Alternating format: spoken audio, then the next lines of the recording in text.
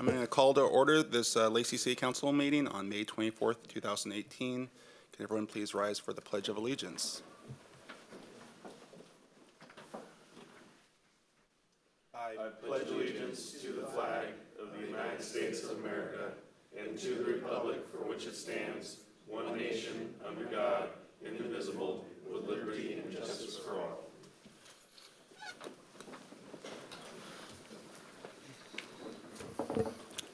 So I do have a couple changes to tonight's agenda.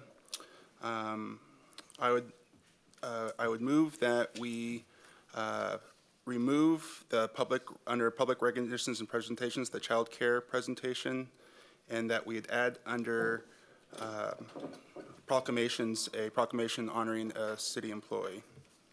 I move that we accept the agenda as amended, removing 3A and adding 6A. Second. It's been moved and seconded. Is there any discussion? Seeing none, all in favor of the motion signify by saying aye. Aye. Any opposed? That motion carries. So first up is public comments not on the agenda, and we have a couple people signed up. First one is Michael Cade.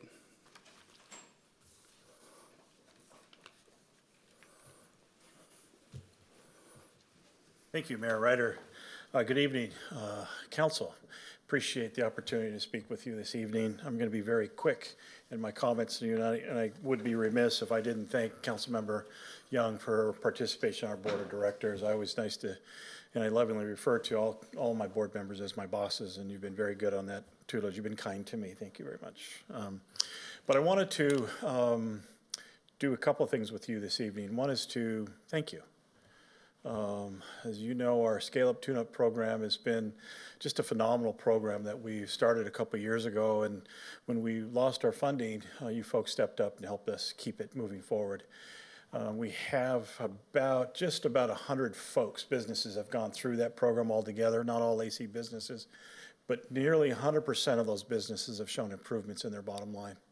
It has been one of our absolutely incredible business retention and business expansion programs. And so your support of that program is very, very critical to the relationship that we have with our businesses in this community and the ability to employ individuals and move products through this community. So thank you very much. I wanted to make sure you had that heartfelt thank you.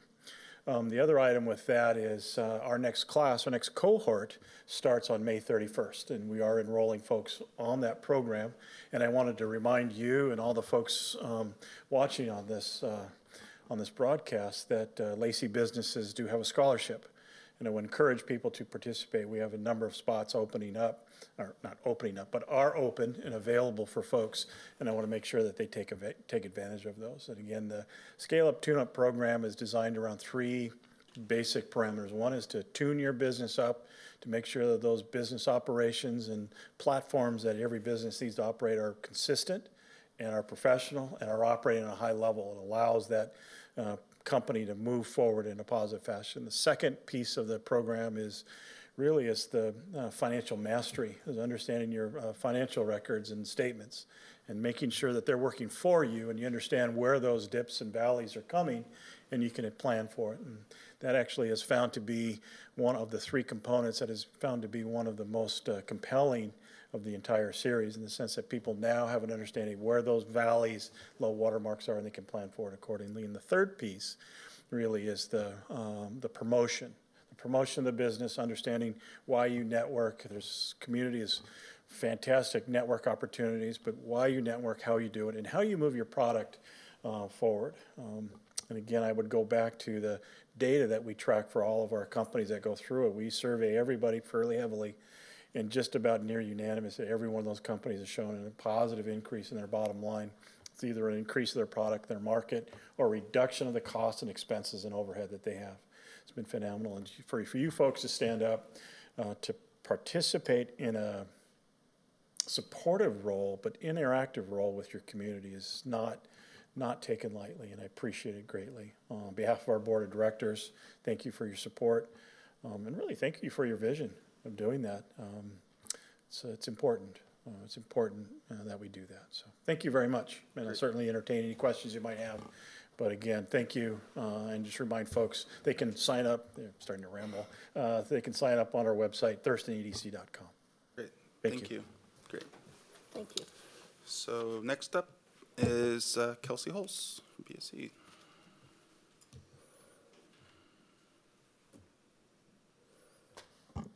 Thank you very much, Mayor, council members. Nice to see you all. Thanks for your time tonight. For the record, my name is Kelsey Hulse. I'm your Puget Sound Energy Government Affairs Liaison in this area, and I'm just stopping by to share a couple of brief announcements with you guys, brief updates. The first of those is that PSC recently announced that they would be passing through 100% of their tax savings under the Tax Cut and Jobs Act to their customers. So that'll start taking place this month.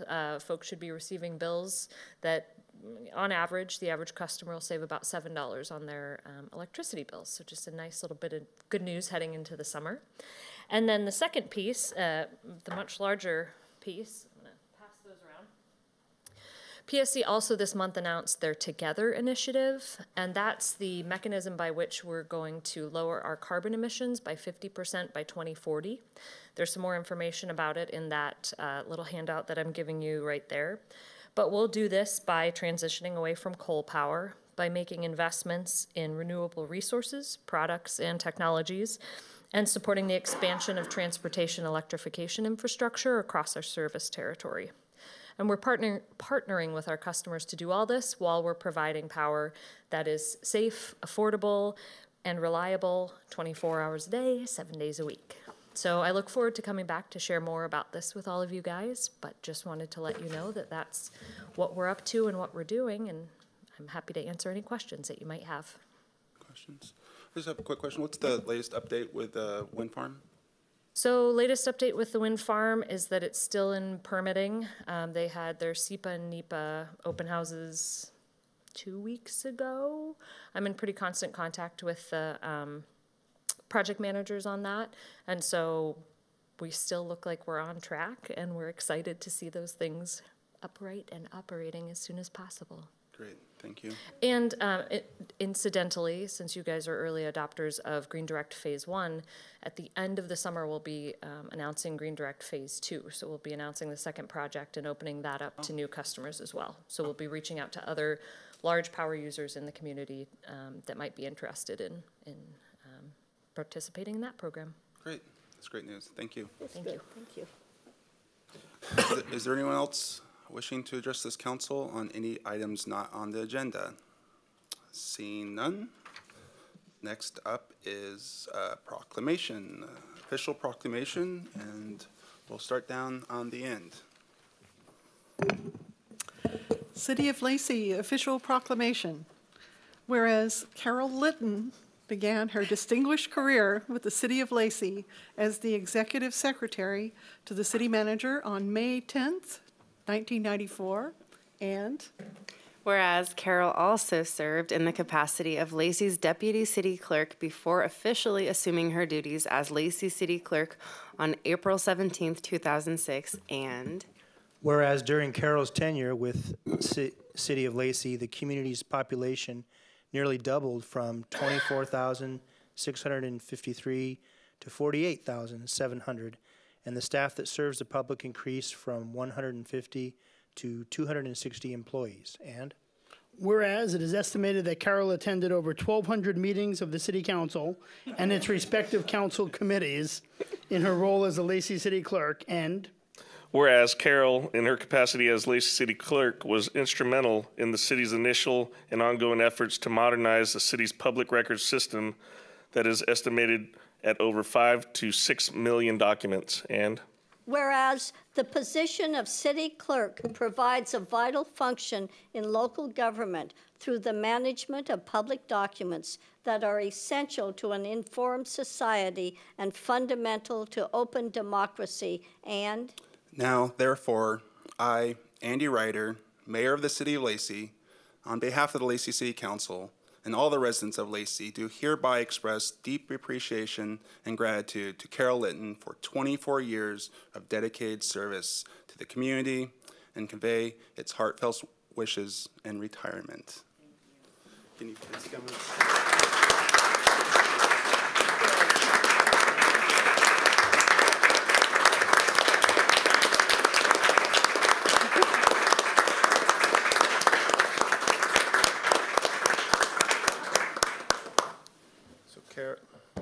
Carol. On behalf of the City Council, we have this little going away retirement present. It says, in grateful recognition of your dedicated service to this community, we honor Carol Litton on the occasion of your retirement from the City of Lacey on May 10th, 1994 to June 1st, 2018. That is awesome. I have to say, you know, when Virgil was going out, you let him be mayor for a couple days? Yes. Does this mean that I have some power? You want to take that? This is Thank you. awesome. Thank you so much. Yes. Thank you, guys. I'm overwhelmed. I'm shaking. I'm not good at public speaking, but, you know, this is what makes my job so enjoyable, working with all the people, the directors, the council, city manager. And my takeaway is that not only me, but I think the majority of our employees they put their personal investment in their job and what they do. Everybody's special at what they do and unique, have their own talents, and they do that in their department or division. But when you look at the big picture, it tells the story of Lacey. You know, we have bragging rights, and rightly so, because all the employees are so awesome. And so I've been blessed to be part of that process, and that is what I will take away from this. So thank you for your kind words and recognition. I appreciate it. So, Great. And you're in trouble. If you can come by and shake all of our hands. Somebody got the history really right. Did you do that? Or You didn't know it was you when they said that proclamation, did you? First of all, I thought nobody told me again. Yeah, I love you guys. Yeah, it's been awesome. It's been a pleasure working with you. Thank you. Thank you. Yeah, who's gonna keep you guys in line? The next person coming up is gonna. Yeah, thank you. Yeah, thank you very much. So to the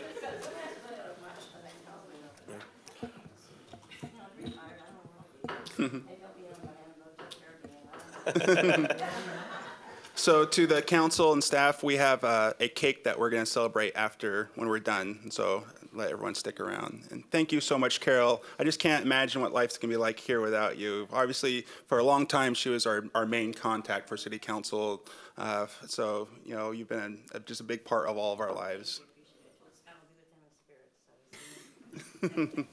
Now, does she have to log those minutes, or does she get a break on this? Okay, so next up is under resolutions, planning and building cost recovery fees. George?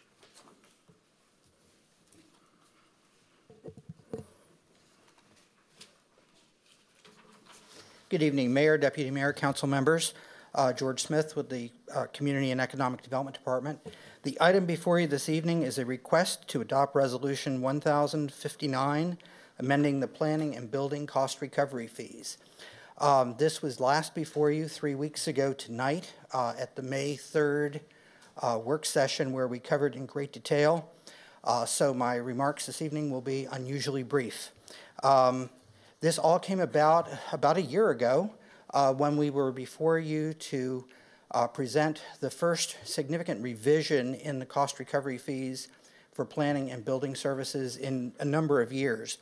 At that time, in addition to changing the numbers, we also made significant revisions in how we presented the information. So Council recognized that with such a significant way of presenting the information differently, for example, the building fees went to 3 separate schedules targeted for the users, so for homeowners, for home builders, and for folks that work with the big stuff, the community, the multifamily mixed use, commercial and industrial. There was significant opportunity for unintended consequences and perhaps a need to revisit this. So Council wisely called for a 1-year check-in, which this is. Happily, we didn't have unintended consequences, but in working with the revised schedules, we found that there were some opportunities to further clarify in keeping with our goal of having a development process that's clear, predictable, fast, and efficient. So we went over those in detail on May 3rd. The only difference between what you saw that night and what you have before you this evening are 2 additional changes that council asked for on May 3rd. Those were slight wording changes. One was dealing with a redundancy. We no longer have hot water heaters. We have water heaters, as well as the standalone signs are permanent standalone signs versus like sandwich boards and things of that nature. So that really concludes my remarks. I'm very happy to answer any questions council has, if they're very technical or if they're related to processes or anything related to the fire or building code. Our fire marshal and building official, Wade Duffy, is here to answer those questions. Move to adopt Resolution 1059, amending the planning and building cost recovery fees. Second. It's been moved and seconded. Is there any discussion? Just a quick comment. I just want to thank George and Wade in particular. You know, it's not every community where when you're making changes to the fees that builders are going to build, not every community goes out and meets with their building community before doing things like this. Lacey does, you know, so it's a unique situation, and I just wanted to thank both of you for going out and meeting with the building community and getting their support for what we're doing. So thank you. Thank you. In addition to that, I suppose you could have just raised fees a certain percentage, but you took the time and the effort to go in and analyze it specifically so that all these fees and whatnot would have a science behind it. So they're defensible when the public ever does, and they should oftentimes question fees and whatnot. They're defensible, and that's a good thing. And I also want to say we can assume that the water heater still can do hot water, right? Yes, sir. Okay. Yeah, and I think this is just a great moment, you know, to check back in and see, did we miss anything the first time around? And it really looks like from some of the changes we're going to be able to save a little money on some fees because the categories are a little bit more better defined, and a smaller project's not going to get charged as much as a bigger project like it was last year. So it all looks great, and I'm just really proud of all the work you guys do. So thank you. Thank you. So it's been moved and seconded to adopt this resolution 1059, amending the planning and building cost recovery fees. All those in favor of that motion signify by saying aye. Aye. Any opposed? That motion carries. Thank you. Thanks. Next up is the increase of certain utility fees. Stephanie?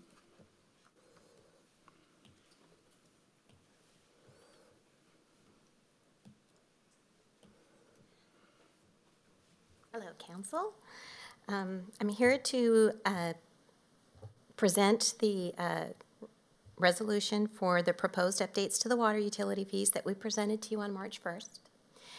One thing you need to note that we did remove the tampering fee from there because of your direction that you wanted something a little bit more robust. So Dave and I are currently working on that, and we will be bringing that back to you guys. So this is just that the utility fees have not been raised since 1976. We are not on the same level as other cities within Thurston County. We're just moving ourselves towards that so that we can have the same things so that it's more consistent. So if you guys have any questions. Can I get a motion?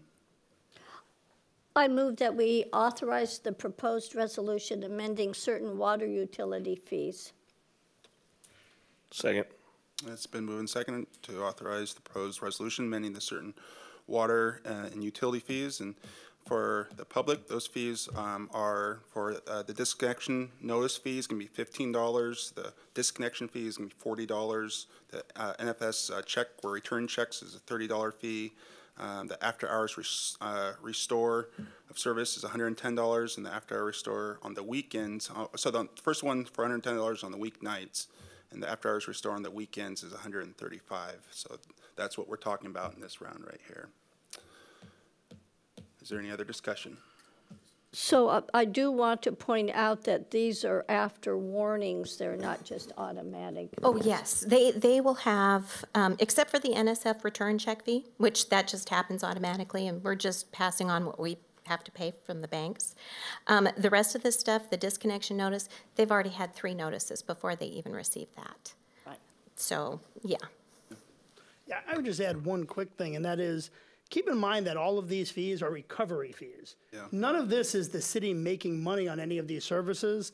This is to pay for the cost of doing the service. So I think it's important that the cost of the service be bared by the person getting the service rather than the rest of the taxpayers. I think this is just the only fair way to do this. Isn't it true that it's helping to pay towards it? It's not 100%. No, it's not 100%, but it is helping to pay for the cost of what we do in those instances, yes. Great. So it's been moved and second to the increase of these certain utility fees. All in favor of that motion signify by saying aye. Aye. Any opposed? The motion carries. Thank you. So next up is ordinances on the alternate day irrigation enforcement ordinance. Emily.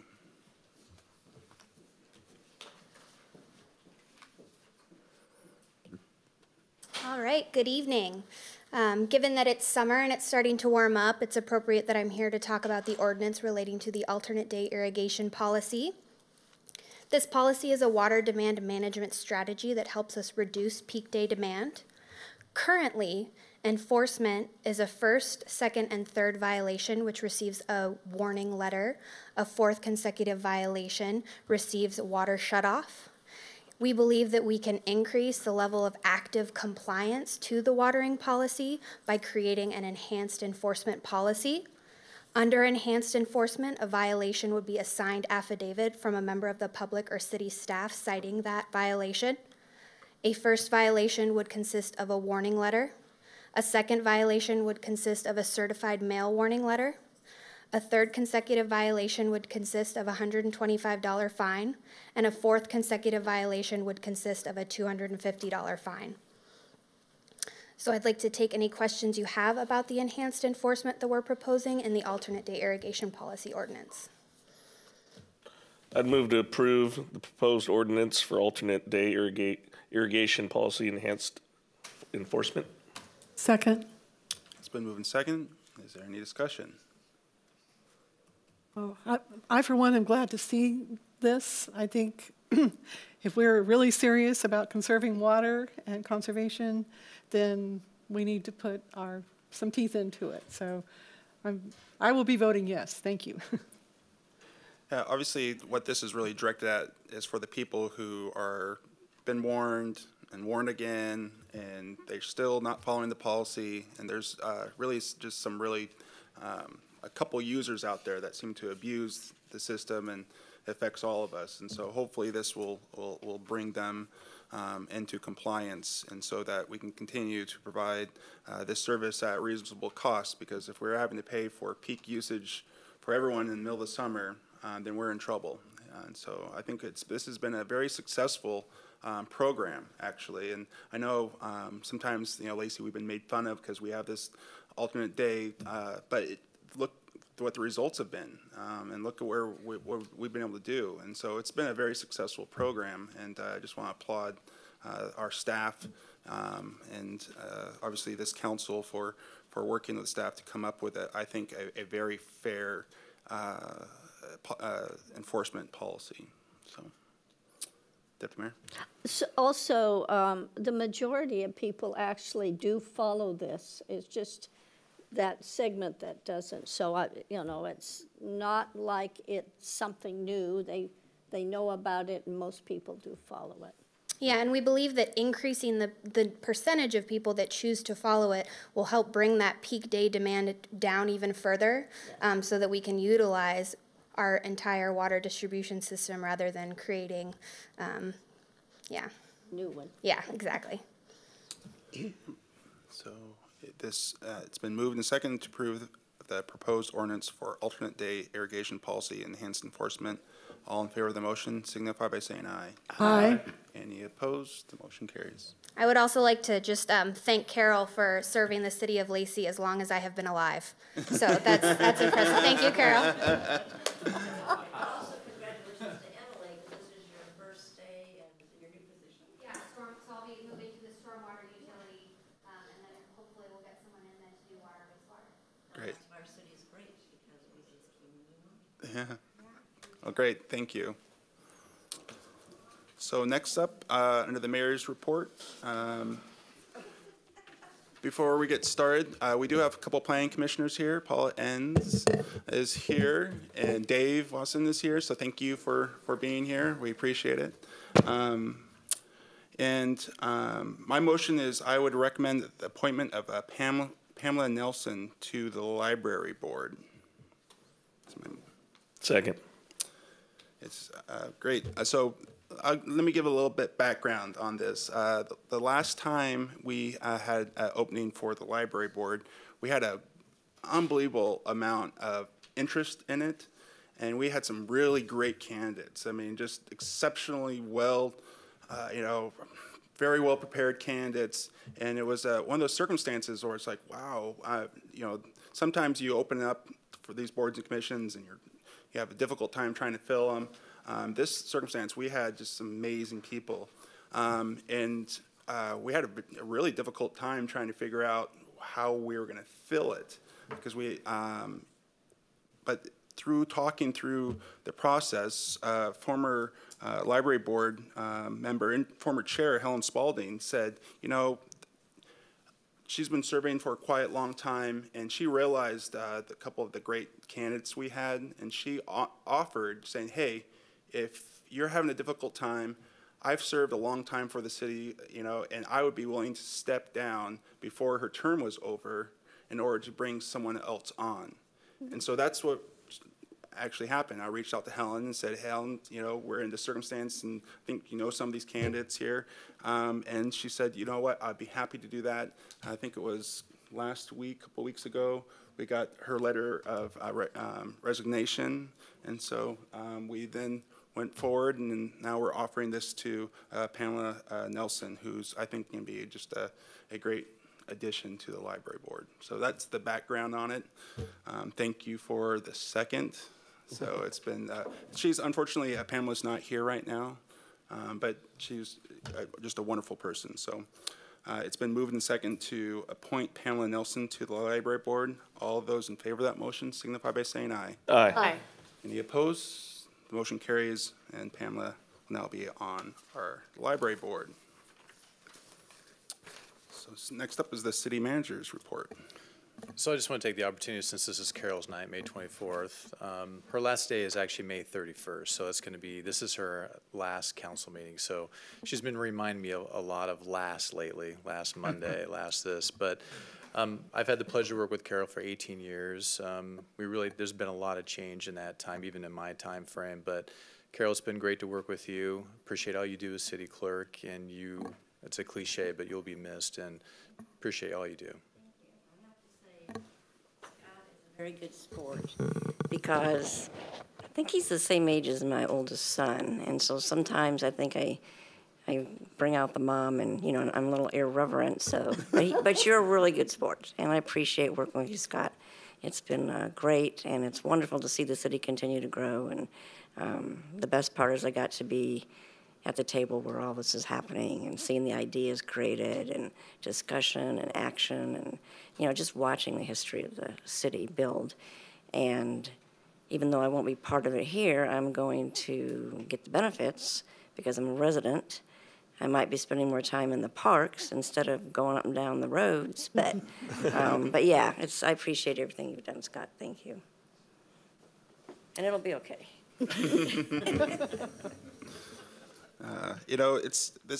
We're seeing a lot of just great people who've been with the city for many years, have been the backbone of the great things that have happened in Lacey. Obviously I've been born and raised right here on Lacey Street. So I've seen all this happen, and for years and years you just take it for granted of all the great things that are happening until you actually get involved and see it and realize they're just the unbelievable staff we have working for the city of Lacey is the reason why that we have such a wonderful place. Before we go on, I'd just like to point out that I'm really proud of the work another staff member just did today with our honor guard or honor wall that we just presented earlier today for the 1-2 Striker Brigade. For those of you out there, our community connectors, the 1-2 Striker Brigade, and for everyone really understands that Lacey is a military community. We have a lot of pride in the fact that we're a military community.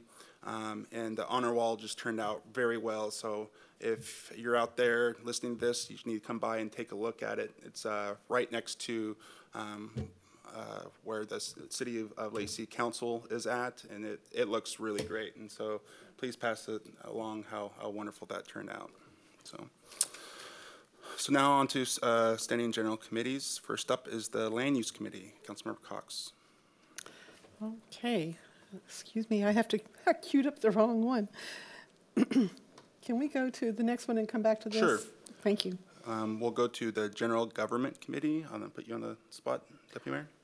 So the General Government and Public Safety Committee met March 27th, and there were 3 items. First of all, the City of Lacey's franchise agreement with Comcast Cable Communications Management LLC is scheduled to expire in March 2019, and the existing franchise was negotiated in 2009.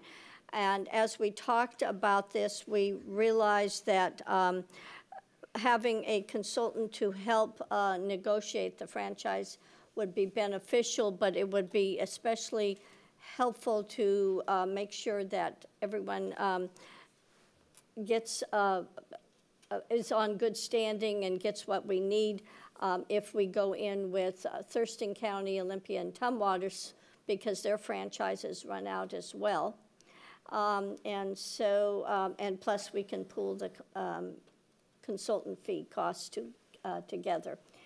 To share the franchise consulting fees, an interlocal agreement is required to prescribe the conditions and terms of the agreement.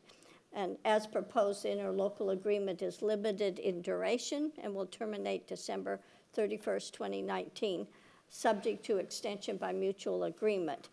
The franchise consulting fees at the established not to exceed total of $107,370 would be distributed on a per Comcast subscriber basis. And so we haven't done the interlocal yet, but that will be signed. So the other topic was engrossed House Bill 2005, and it requires cities to partner with the Department of Revenue to administer general business licenses with either the state's online business license service for business license administration, and this by 2027, or the city-operated file local system for local tax and license administration by 2020. So AWC, Association of Washington Cities, asked cities for feedback on the draft model business license language as currently proposed. The committee recommends the threshold be changed to 10,000, and staff will provide the information to the AWC on that. And then the topic of a new City of Lacey staff position was discussed, and this is due to the large number of recruitments at the city. Staff requests approval of a new staff position in the Human Resources Department for a limited term human resource analyst.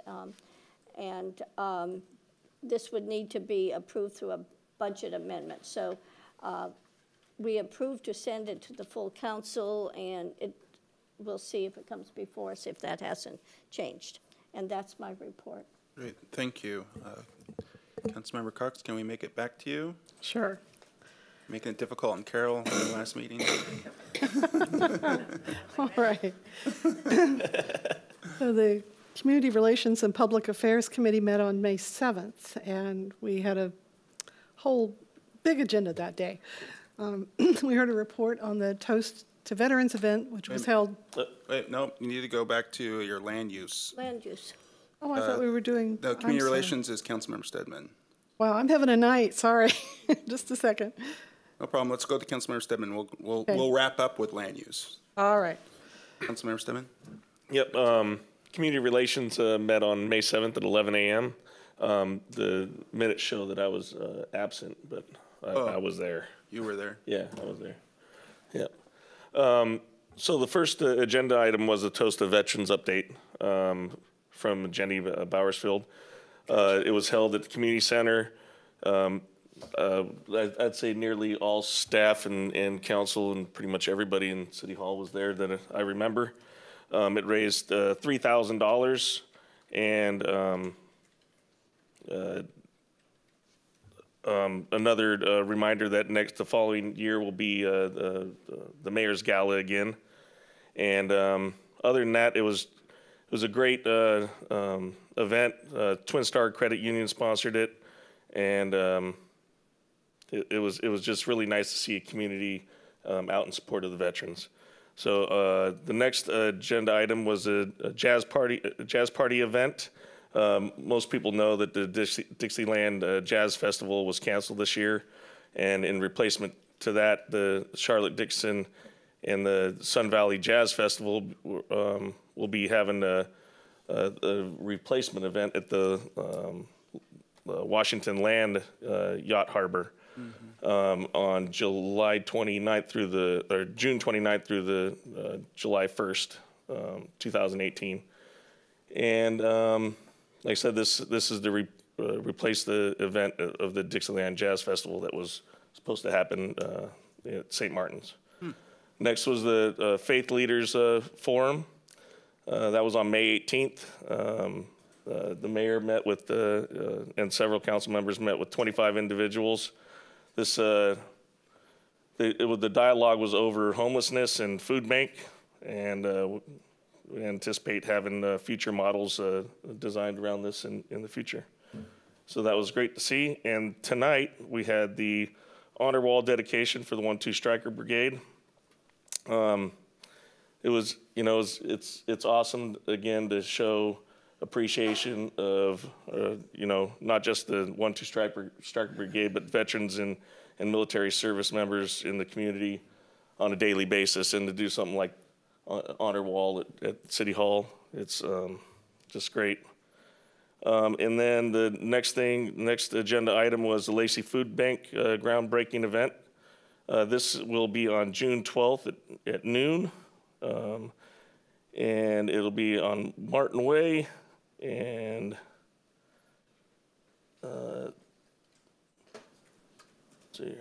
and we've raised $1 million for the project so far. And that is my report. Great. Thank you so much. Next up will be the Utilities Committee. Councilmember Young. Okay. The Utilities Committee met on May 7th, and our first presentation was on the Sewer Television Inspection Program, which is under the Wastewater Maintenance Program. In 1991, the city purchased its first television equipment and developed its own inspection program. The TV van is an essential asset and allows crews to evaluate the condition of the sewer infrastructure in real time.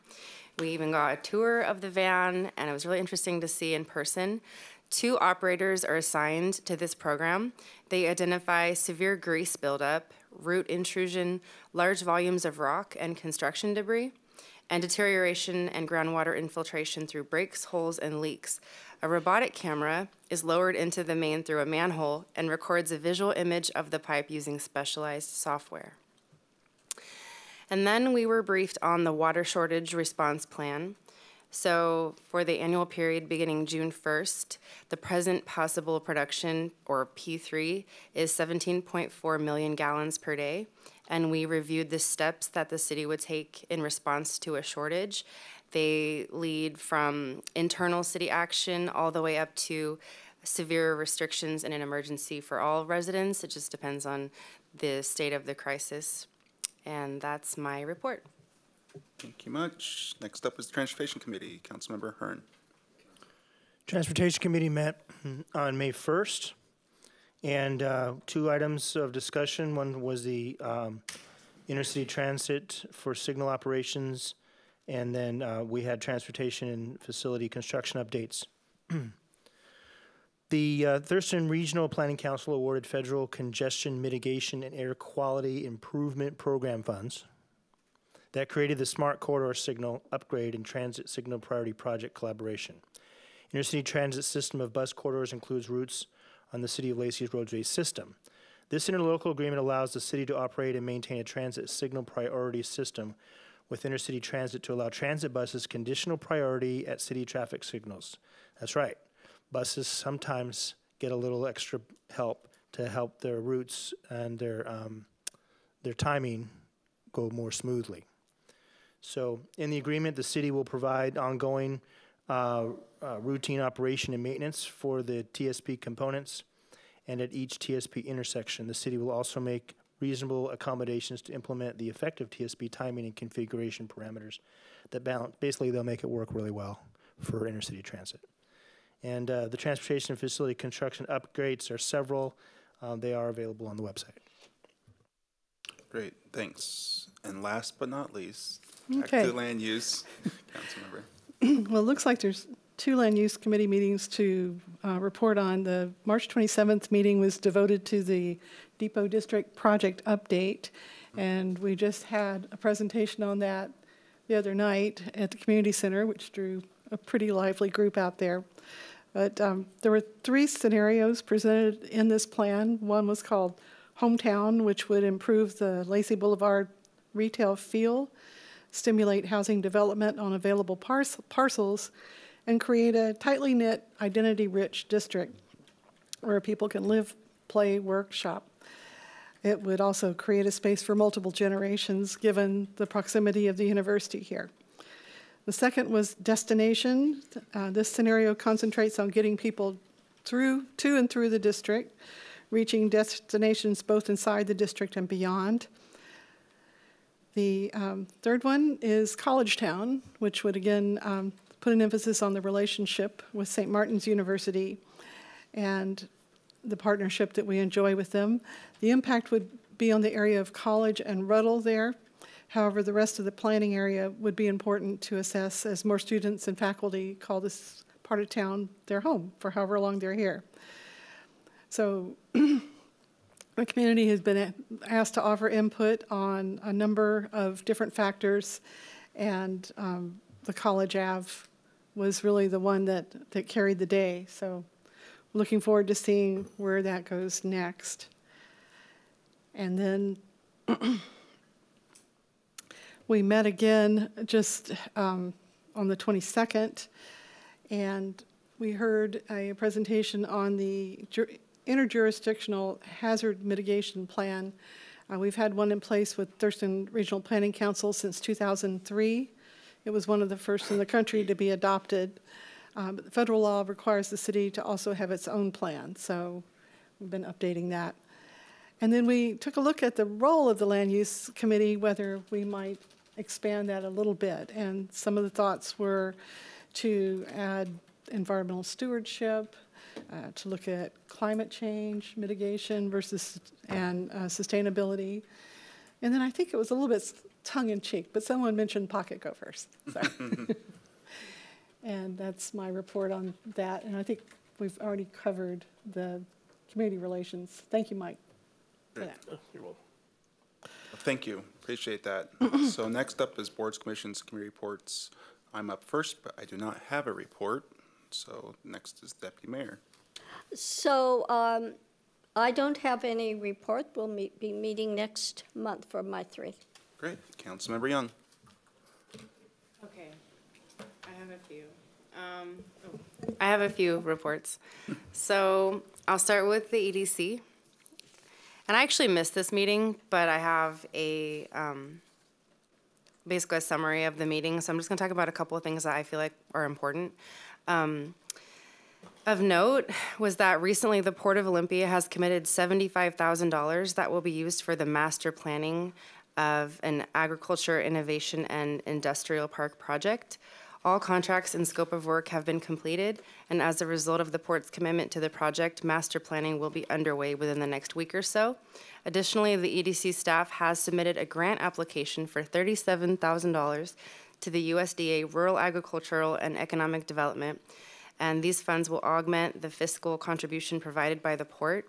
It was reported that to the EDC staff that the grant application has received the highest possible marks under scoring, but they're just awaiting official word on the application. And it's anticipated that the master planning will be completed by late fall 2018 or winter 2019. And then the THINK network, the Thurston Investment Network, held another pitch session earlier this month. That program, since it started, has become bigger and bigger and more successful.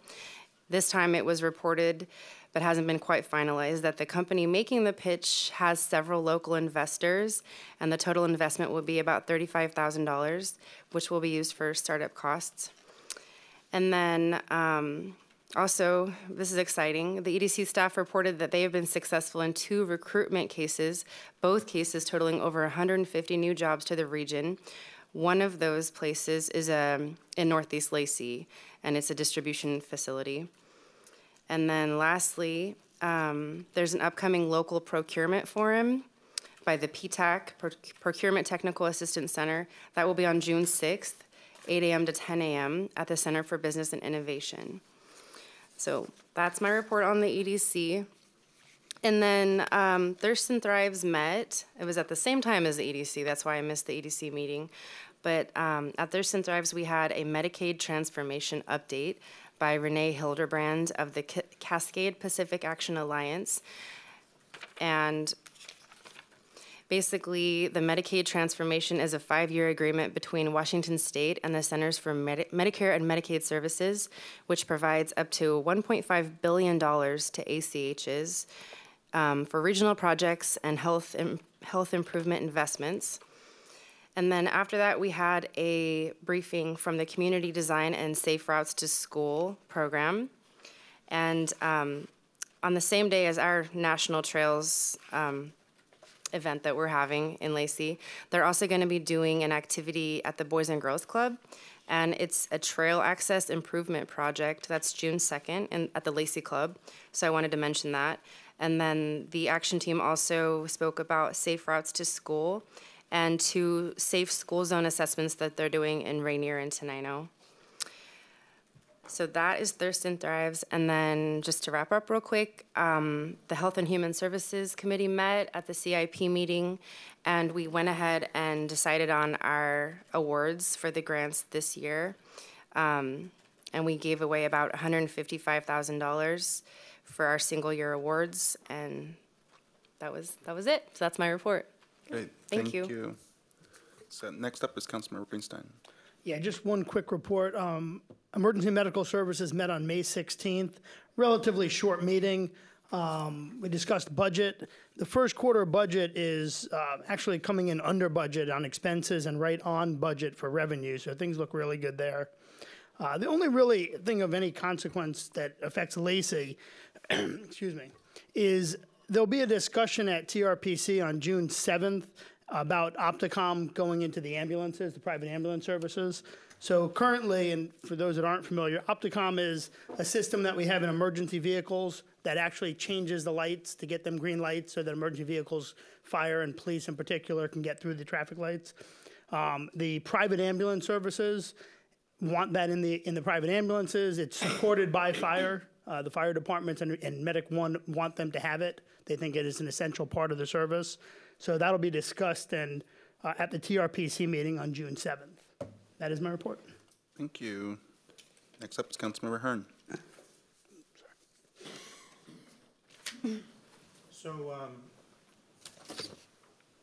So first off, yesterday was the annual tourism event at the Great Wolf Lodge. It was a fantastic success.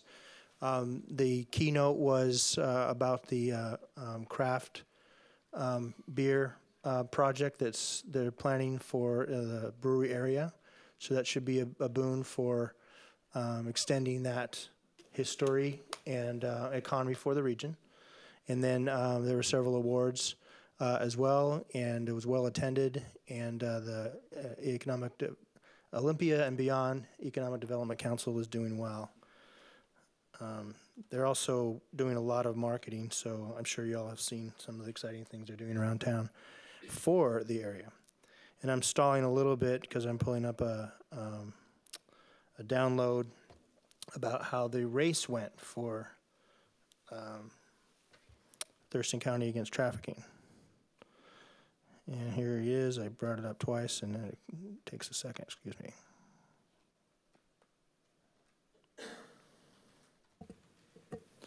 Okay, so with your help, there were 413 participants at the race, and $27,000 was raised in 2018.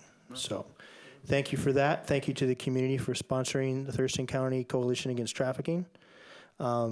Surveys showed that the participants of the race were very well pleased with the organization, with the amenities and how things went. It was a good day for all. And so it will continue, and you'll be hearing more about it.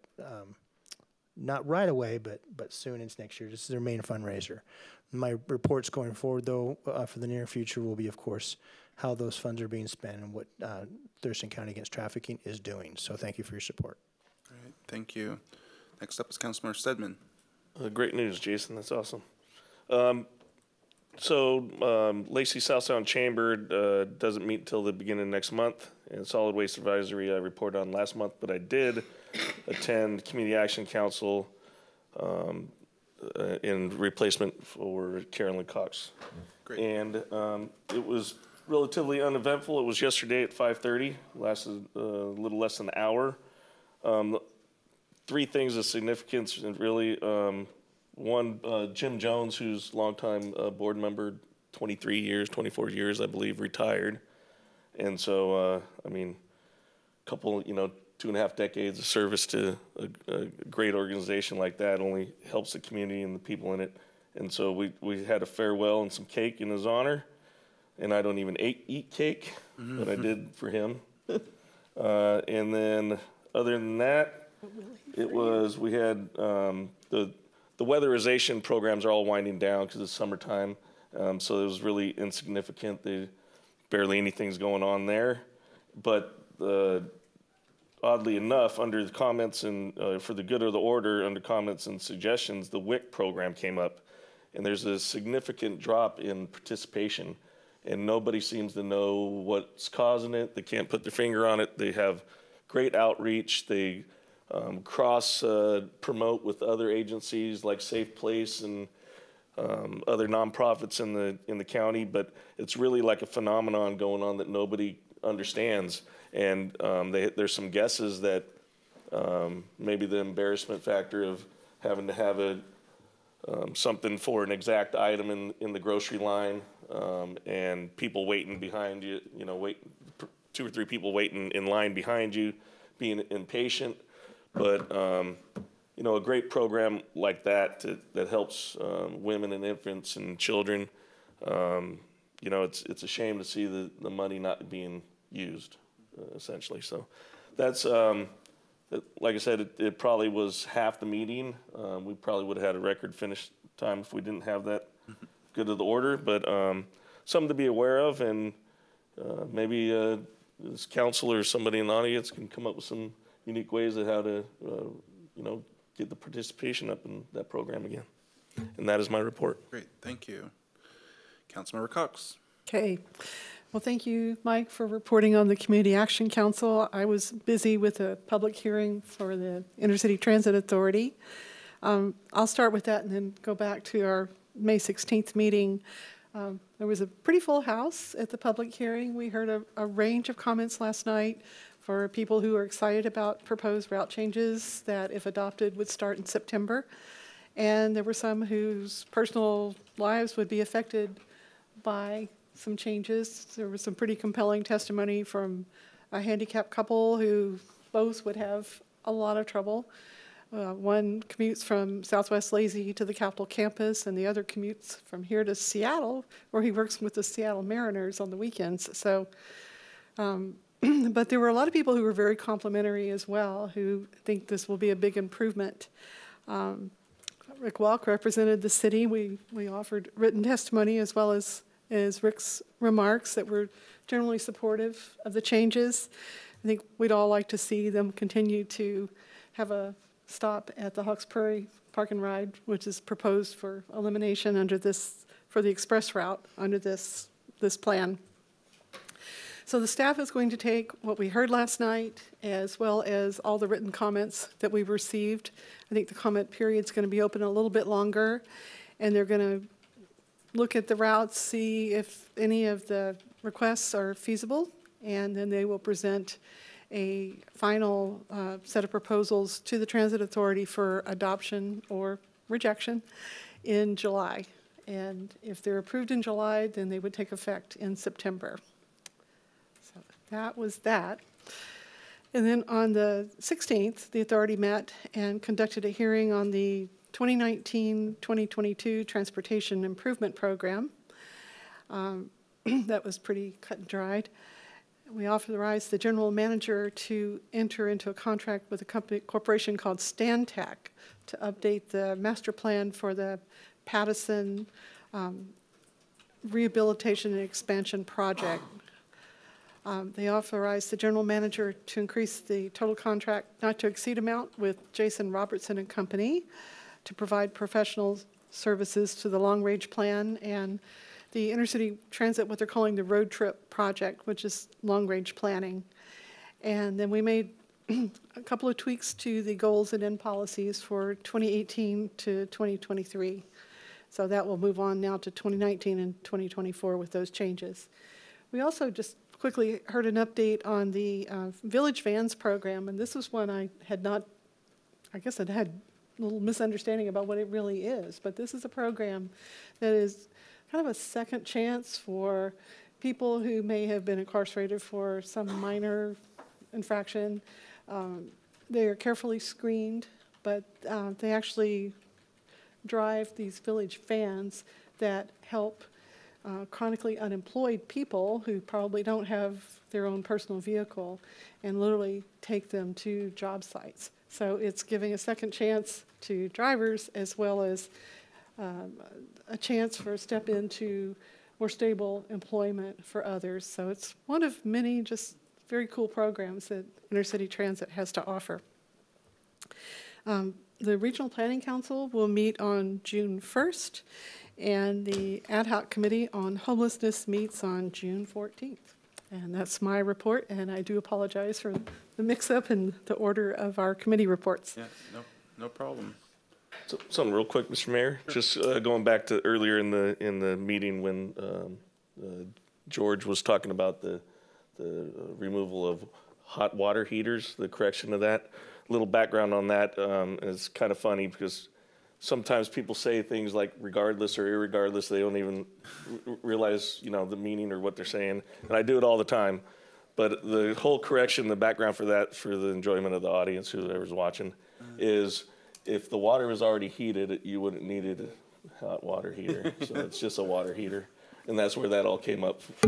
Was, you know, I guess having 2 decades in building trades is kind of a curse and a blessing at the same time. But so a little background for that. Great, thank you. So we're going to be adjourning to an executive session.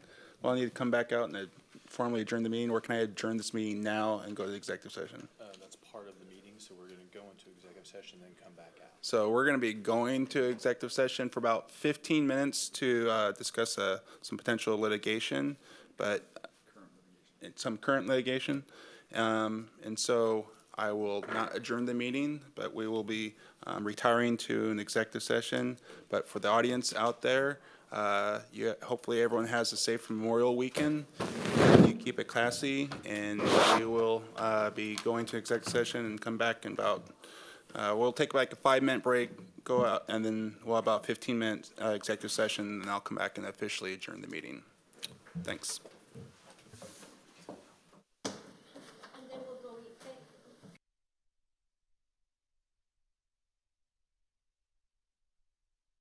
Thank you.